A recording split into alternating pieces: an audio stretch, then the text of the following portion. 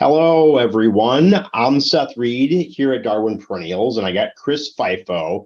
And in this video, we're going to present to you, Chris is going to present to you his 3.5 steps to overwintering success for perennials. And in this video, you will learn these 3 steps. You're going to learn how to choose the right varieties. You're going to learn how to choose the best growing location. And then Chris is going to help you learn the proper culture and growing techniques. And I really like his half step here on learning how to build an effective backup plan.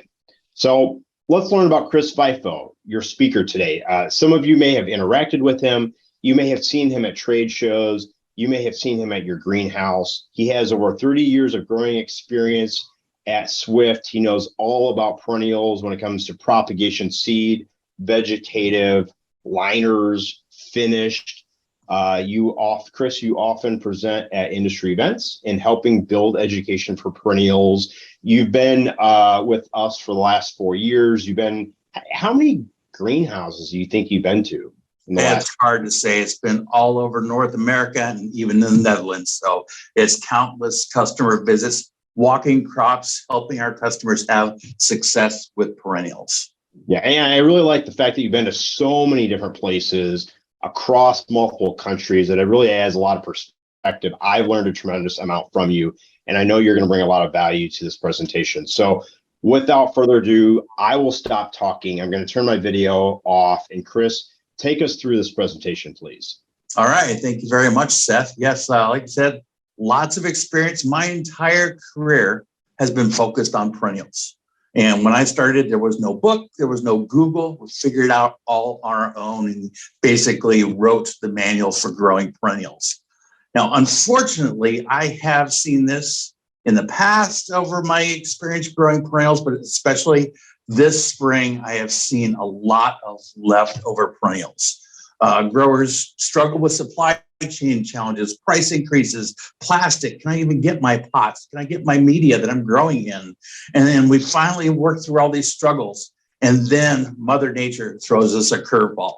It was a cool, very slow start to the spring for many growers. And I've seen lots of leftover perennials. And unfortunately, this was probably more the norm than the exception this year for greenhouses. And of course, well, if they're perennials, we're going to overwinter them, but we can have those painful losses if we don't do it right. I have seen this myself over and over, just massive overwintering losses. So with proper culture, we can get it right. So there are some main considerations like Seth kind of outlined there at the beginning to help you have this for next spring. Now, wouldn't this be the goal?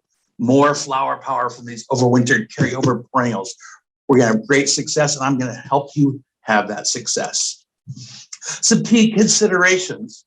First of all, what is the value of the crop? Why would I want to struggle carrying over something that's very inexpensive or something like that? So we're going to consider the value of the crop and whether it's going to be worth our efforts. We're going to look at variety selections and ones that we're more likely to have success with versus having those losses. We're going to discuss resources. These are not going to take care of themselves. It's going to take a little bit of effort on your part to have the success as well. Then we're looking at container size, and we're going to look at quality after overwintering as well. Now, first of all, choose the right varieties. These here are pretty much no-brainers, are high-value crops that we do not want to throw on our compost pile. Tissue culture raised items are going to be at the top of my list, along with bare root crops. These are going to be most valuable. These are going to be ones that maybe we're going to be a little bit supply challenged with next year, or maybe we're with this year. And we want to ensure that we have those for our next spring season. So those are definitely ones I would want to put at the top of my priority list for overwintering. Other patented royalty attached items, branded programs, I think are especially important to try to carry those over with the best success possible. And then on top of that, also some of our newer breeding and seed perennials can be a little bit more pricey than your old open varieties. And so we may want to consider carrying those over as well. Lower value crops to dump. We're not going to hurt our compost pile by throwing some of these things on there. Older Aquilegia, Echinacea magnus, these things are a dime a dozen these days. We don't have to struggle. It's going to be best to just start these fresh next year if necessary. And inexpensive vegetative, common stuff. There's no sense in carrying that over. There's always good supply of these crops, and I wouldn't be worried about it. One thing that will add to the value will be your quantity. Now, maybe we have some Echinacea magnus left over, but we have like 300 pots of them. So that quantity is going to add to that value, and it's maybe going to factor into your consideration of whether you want to overwinter those crops. Moisture sensitive crops to avoid. Essentially, if you struggle with these when you're growing normally, why would you try struggling with them overwintering? Artemisias can always be moisture sensitive. Delosperma, not so much, they're one of those drought crops, they like it growing dry. In wintering, overwintering, we might have more struggles maintaining that proper moisture, and Delosperma can tend to melt out. Lavender, a lot of growers struggle with lavender. I've always struggled with lavender, especially with overwintering. I would recommend probably not on the lavenders. Additionally, disease-sensitive crops. These are problems that we don't want to carry over to next year. Now, mildew on phlox. Now, there's going to be some different schools of philosophies here. Do I overwinter my phlox? They are a more valuable crop on occasion, but do I have the opportunity to carry over mildew? That's not good. If my mildew program is really spot on, we have it well managed, not a problem. But we don't want to overwinter those spores and carry them over to next year's crop. It's just going to facilitate the development of that mildew next year. Other crops, ones that are bacterial sensitive, like Leucanthemum Beckys, Veronica Royal candles, Rhodococcus. These are opportunities for these diseases to set in over winter, because the older these crops get, the more susceptible they can be to these pathogens. So we probably want to avoid those if possible. Heuchera, now there's another challenging one. Most heucheras these days are high value crops, but they are also really challenging to control botrytis in the wintertime. So we'll discuss some really intense botrytis management programs, and we can control that botrytis and have a successful heuchera overwintering. Another one also is aster yellows and Echinacea. Fairly common. It kind of goes seasonally depending on pest pressure with leafhoppers that can spread this pathogen. But this is one we can go through and we can sort out. Those that are symptomatic, we don't want to carry those over, but those that are clean, no problem, because the majority of aster or Echinacea these days, again, are high value crops that we're going to want to carry over. Best crops to overwinter. Oh my gosh, virtually all perennials are going to have more flower power after an overwintering. But there are still some of those that do require that chill to get the full flower power. Aquilegia, there's many these days that are almost first year flowering, but they're better off with a little bit of chill to them. Iberis, everybody knows, needs that overwintering. Dianthus, Mount Frost here in the middle, wow, that is just outstanding overwintered. Another one you may not think about much is the grasses, especially your warm season grasses. These are ones that really take a lot of time to bulk up and finish your pots in the springtime. So if we can overwinter those, we've got a big jump start there on the season.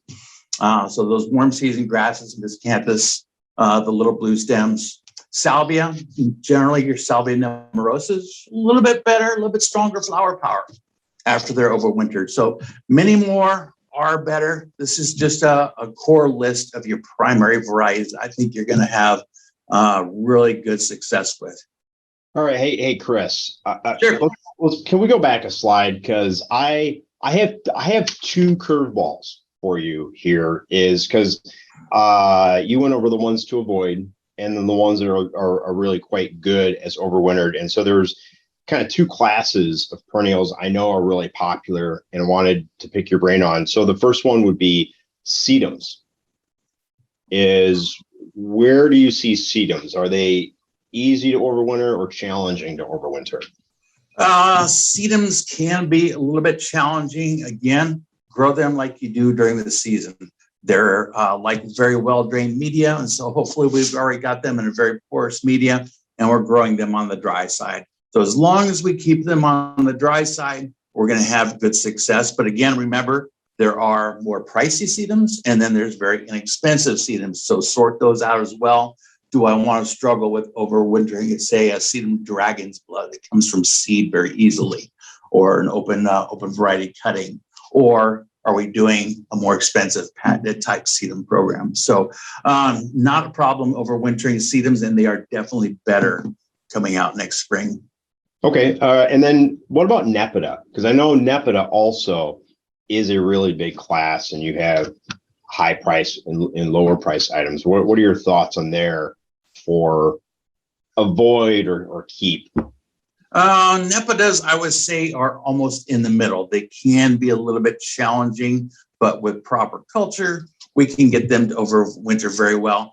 I don't really see a lot more flower power or huge benefit to the quality of the crop of a Nepeta coming out of overwintering versus a first-year flowered crop, but we can certainly do that. Okay, perfect. Thank you very much. So again, yeah, I mean, if anybody has those specific questions, drop those out to info@Darwin Perennials, and we can answer those questions and address them in a future video as well. Yeah. Well, hey, Chris, and on that note, if you're watching this, if they're watching this video, on YouTube, they could just drop that comment or question right in that field, and then we'll take all those questions and answer that also in a video. So whether it be email or write on the comments, we're here to help you. Yeah, even though this is being recorded, we can still make it interactive that way. So resources, choosing the best growing location. Okay, so where do I have space available? That's going to be your first question. Indoors is going to be your best bet for success, but outdoors with proper precautions can definitely be an option as well. You got to remember, you're going to need some labor for this over the winter. And it's not going to be a fun job either, because overwintered indoors, you're not going to be covering these crops. And so they're going to require water throughout the winter, and sending someone out there bundled up in their winter garb with their gloves on and hats on to go watering is not going to be the first choice of jobs for someone in the wintertime, but they will require that attention. So be aware they're going to need some special treatments. Another thing is my environment. Am I going to get enough cold? And so your very southern locations probably not going to be the best option for overwintering. We have to remember, once we do get cold, we have to maintain that cold. We want to avoid huge fluctuations in temperature. So another option for doing that is having some shade cloth or some covering of some sort to keep that solar gain out of the greenhouse. One question I have had on occasion is, can I use a cooler for overwintering? For finished containers, it's probably not going to be really effective. You're not going to be able to fit that many containers in a cooler. Now, if we have some leftover liners or something like that, definitely an option. Best option is to let those go dormant naturally first before, let that foliage go down, and then put them in the cooler. And again, if we do a cooler, just maintain a constant right at freezing temperature. And then culture. Yes, we can discuss some serious culture after we decide where we're going to overwinter these. So indoors overwintering, as I said, it is best. You don't need frost blankets, so it's much easier to monitor your crop. I do recommend, again, having something that's going to block out that solar gain. And this picture here, you can see that snow is doing the job just fine. We want good airflow. All that dead foliage out there, it's going to be very attractive to botrytis. And so as we do water, we want to make sure we can get that foliage dried off as quickly as possible by watering first thing in the morning and getting those leaves dried as fast as possible. A great tool that I have always used in the greenhouse to help dry the foliage is a leaf blower. I think everybody should have a leaf blower on hand. You've always got those crops any time of year. They're holding all that moisture on the leaves. And if we have a cloudy, cool streak, but we have to water, we want something to shake that water off the leaves. So get a good battery-operated leaf blower. It's very helpful. In the greenhouse, as far as temperature goes, I like to bring them as cold as possible without freezing the pipes. And so that can be quite messy. Most of the times your plumbing is buried, but your valves are exposed. And so be aware of that. Keep it right to freezing, but not too far below, and try to maintain that as close as possible. The one thing we do want to avoid is getting too cold and then too warm during the day and have that freeze thaw that can cause us problems. Second option for overwintering, a cold frame. Definitely useful. A lot of people are doing this. Just keep in mind, again, you can see on this tunnel here, we've got white poly. It's keeping that sunshine out, keeping that heat out so we can maintain a cold temperature. We are using frost blankets in tunnels. It's more of a medium weight. We don't need a real heavy weight, but we want to put something over the top there to protect them, because we're going to be dropping our temperatures down, say, about 25 degrees or so. Again, many cold frames don't have water in there. We're not having to worry about our water pipes, or we can drain those water lines as necessary. One thing definitely to be aware of, even indoors, mice love overwintered perennials. It's nice and cozy underneath that blanket because it's keeping the heat in from the ground.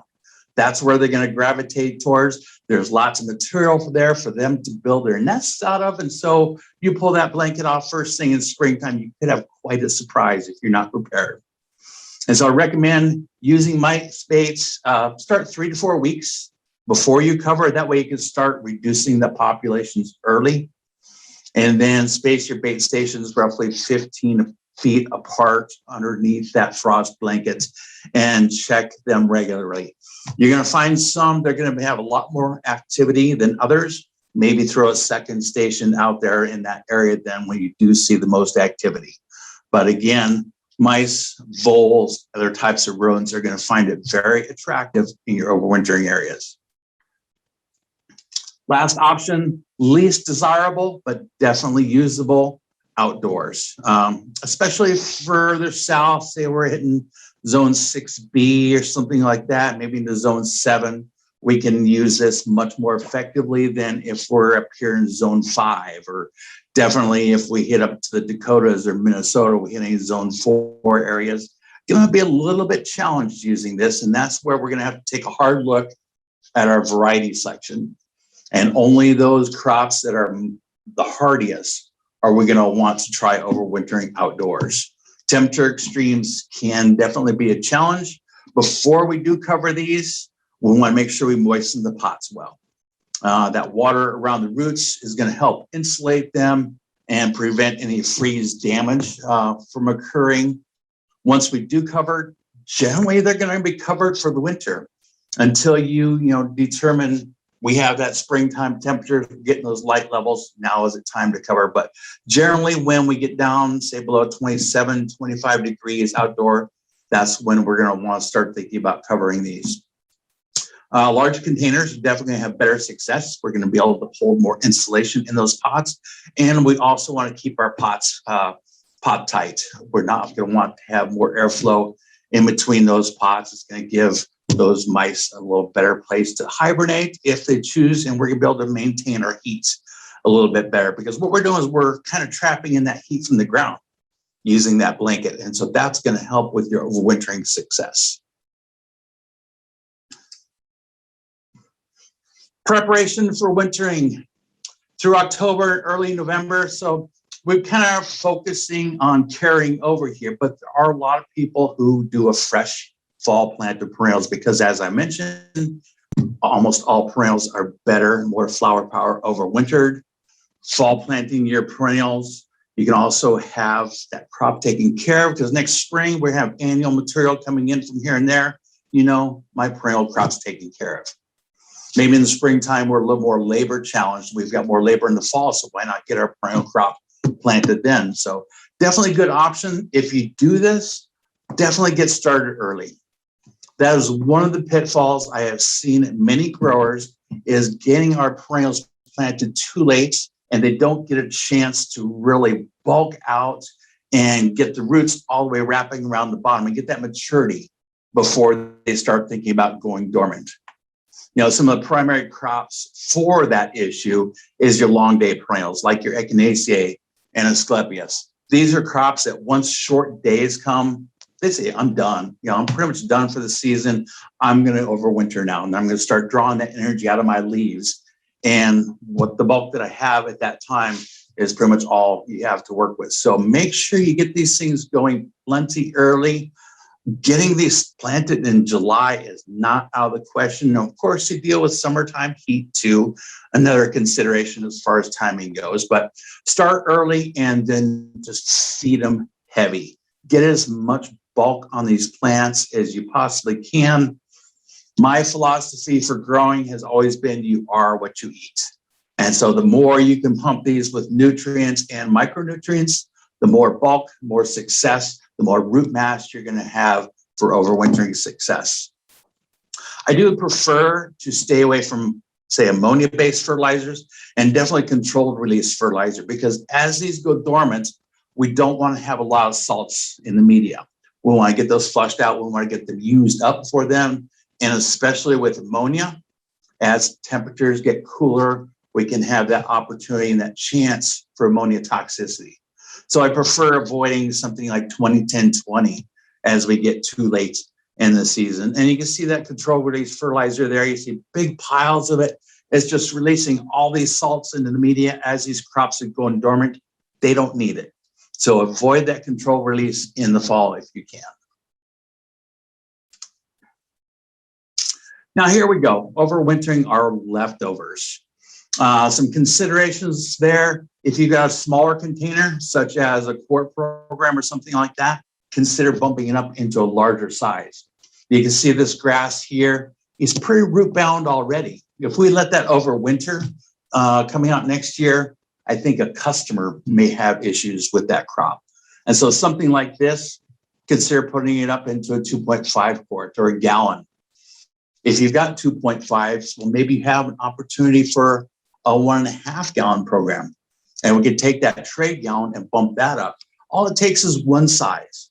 All we want to do is get a little bit more active growth on these because they're probably stalled out.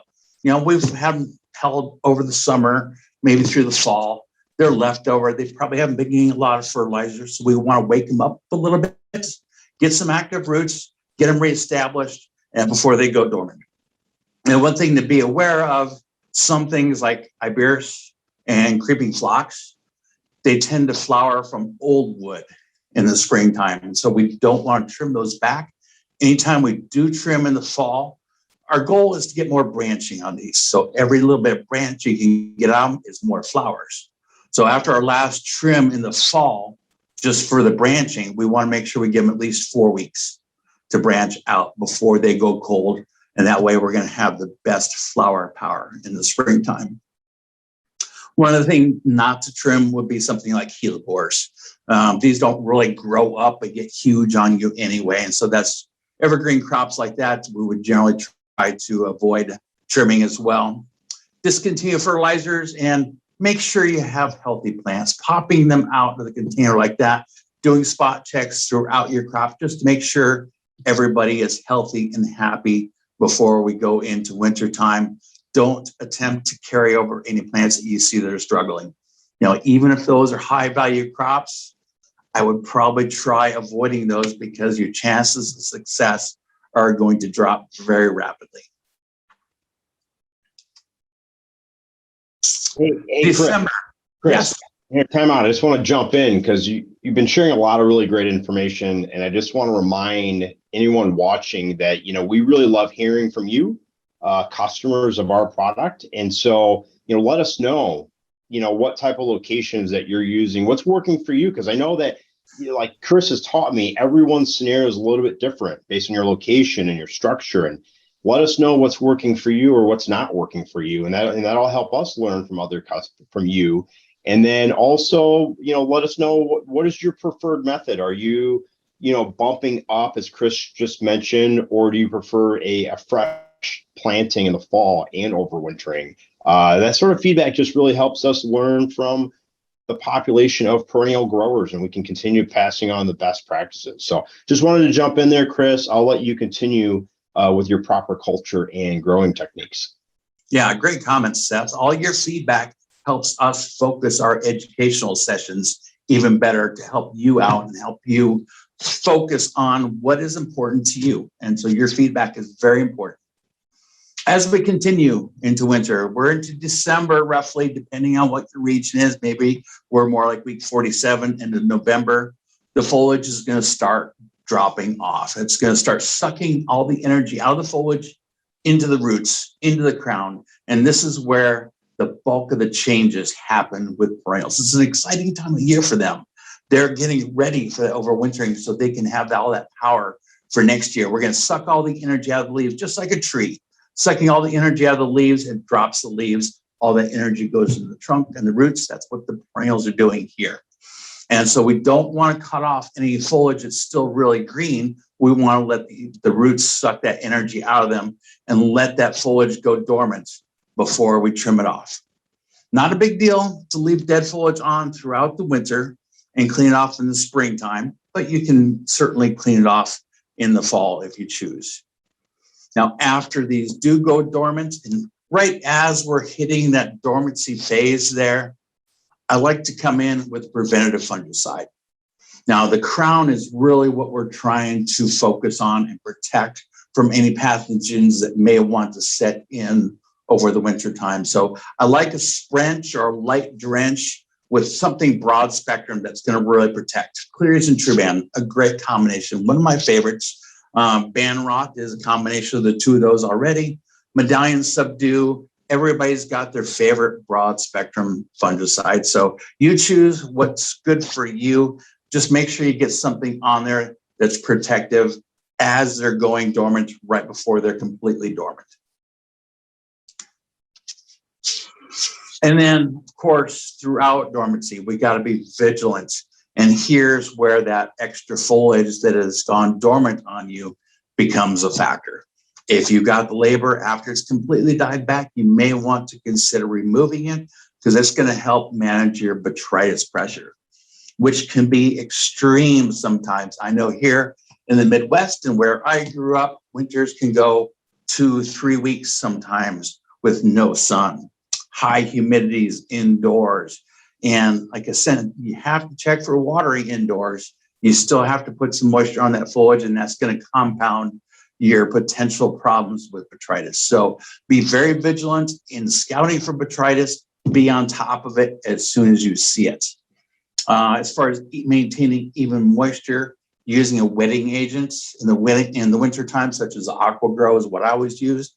Very effective, really helps you even up the moisture and avoiding some of those really dry spots, because we want to avoid too wet and too dry. We don't want to freeze dry our roots, but we don't want to sit there absolutely saturated through the wintertime as well. So evening up with AquaGrow is very helpful as far as even dry down as well. And again, regular preventative spray, Stachinol, Chipco, Palladium, Pageant, a few of my favorites that I have always used. But I did miss the echinacea here. And I want to point this out specifically because I've done this myself and had massive losses in echinacea overwintering. Because as we're getting them ready for dormancy, we've got all these flowers on the containers. And the flowers are dying back now, but now the foliage is starting to die back from short days and cooler temperatures. So we went in and we cut them off.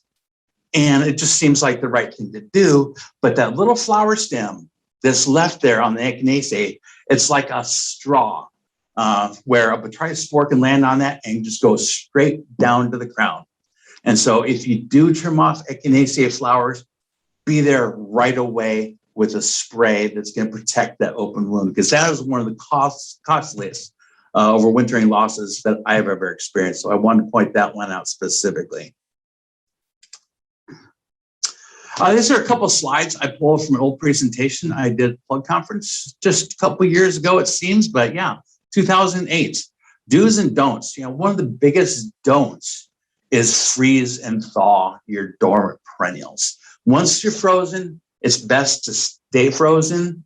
Indoors, it's best to maintain it just above freezing. Because what can happen is, what does water do when it freezes? It expands. And what it can do is it can crush that crown. And then if you thaw, okay, it falls away then.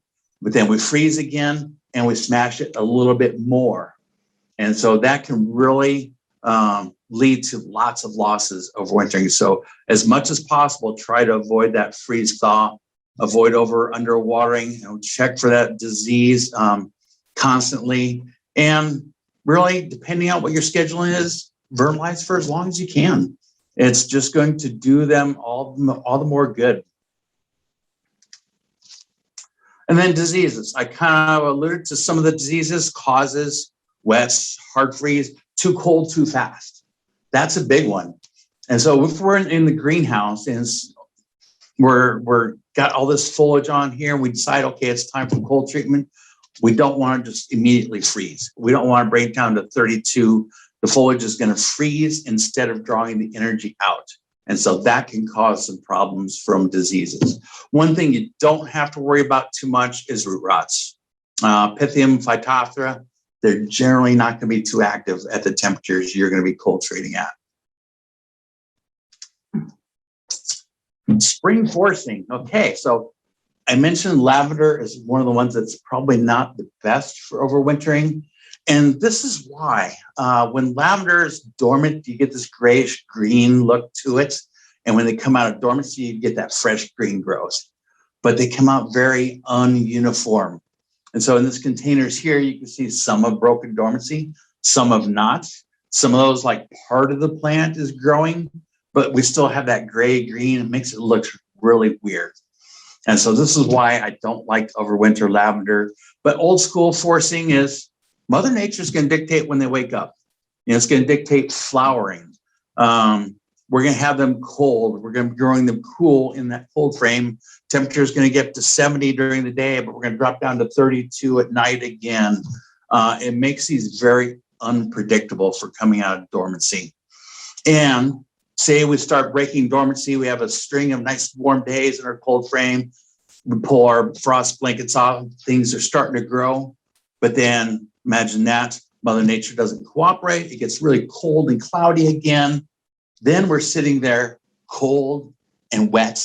And that's a bad situation for plants. That's going to lead to losses. So when it does come to forcing your perennials, force them, tell them, make them know it is time to wake up, heat them up.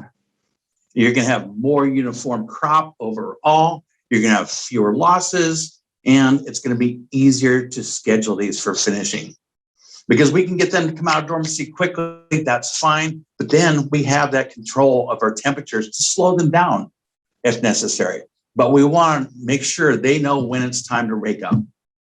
One thing that will help with this warming up process, what we're doing is we're focusing on the media and that crown temperature, not necessarily our air temperature. We need to be monitoring our soil temperature. And having a soil probe, a temperature probe, is a very useful tool to do that. One thing that's going to help you heat up that soil is having your pots on a riser of some sort. I always used to use old plug trays, old 288 plug trays. All it takes is just a little bit to get those pots off the ground. That way, you don't have to heat up the ground to heat up your pots. It's always going to be much colder down there, but be aware that that ground is frozen as well. And if we have that pot up off the ground, it's not going to suck that heat out of the pot that we're trying to put in there to get these guys to wake up. Those are just some general recommendations as far as temperatures go, because when I say heat them up, I'm talking 70 degrees. That's really what we want to do. We're going to force them. They're going to wake up quickly and uniformly. Then we can drop our temperatures after that's more what we call normal perennial growing temperatures. And that picture of those Aqualasia early birds there, that is an actual example of an Iowa grower. Overwintered these Aqualasias. When it was time for his scheduling, he cranked up the temperature, got them to break, cooled them down, and boom, look at the uniformity of that crop. That's the success that you can have as well. So what does success look like? It could be this. It could be an empty greenhouse. We sold every one of them. We had such great success. Or could not be so great. We could have some losses. We could come out of dormancy very ununiform. I see some weeds in that crop as well. Another thing to be aware of going in the wintertime. Do you really want to overwinter your weeds as well? If you have a crop that's covered with bittercress, I would say that's going into the compost pile. It's not staying in my greenhouse for the wintertime. And so, yes, different options here as far as success goes. Hopefully, overwintering indoors, we're going to have this best success. Could not be so great. That's where we need our backup plan. And this is where we could talk about step 3.5. Building an effective backup plan using first-year flowering perennials. Now, the thing about it is there are lots of options for first-year perennials these days. That has really been the focus of breeders, both on the vegetative and the seed side, to take out this vernalization requirement and be able to build full flower power the first year without overwintering. And that's exactly what those Delosperma are there. That was a Florida grower, and I think that picture was taken week 4. So very early, very first year flowering, fantastic flower power, no losses. There's a bonus. Another bonus is with first year perennials is that we don't really know what next season is going to hold for us.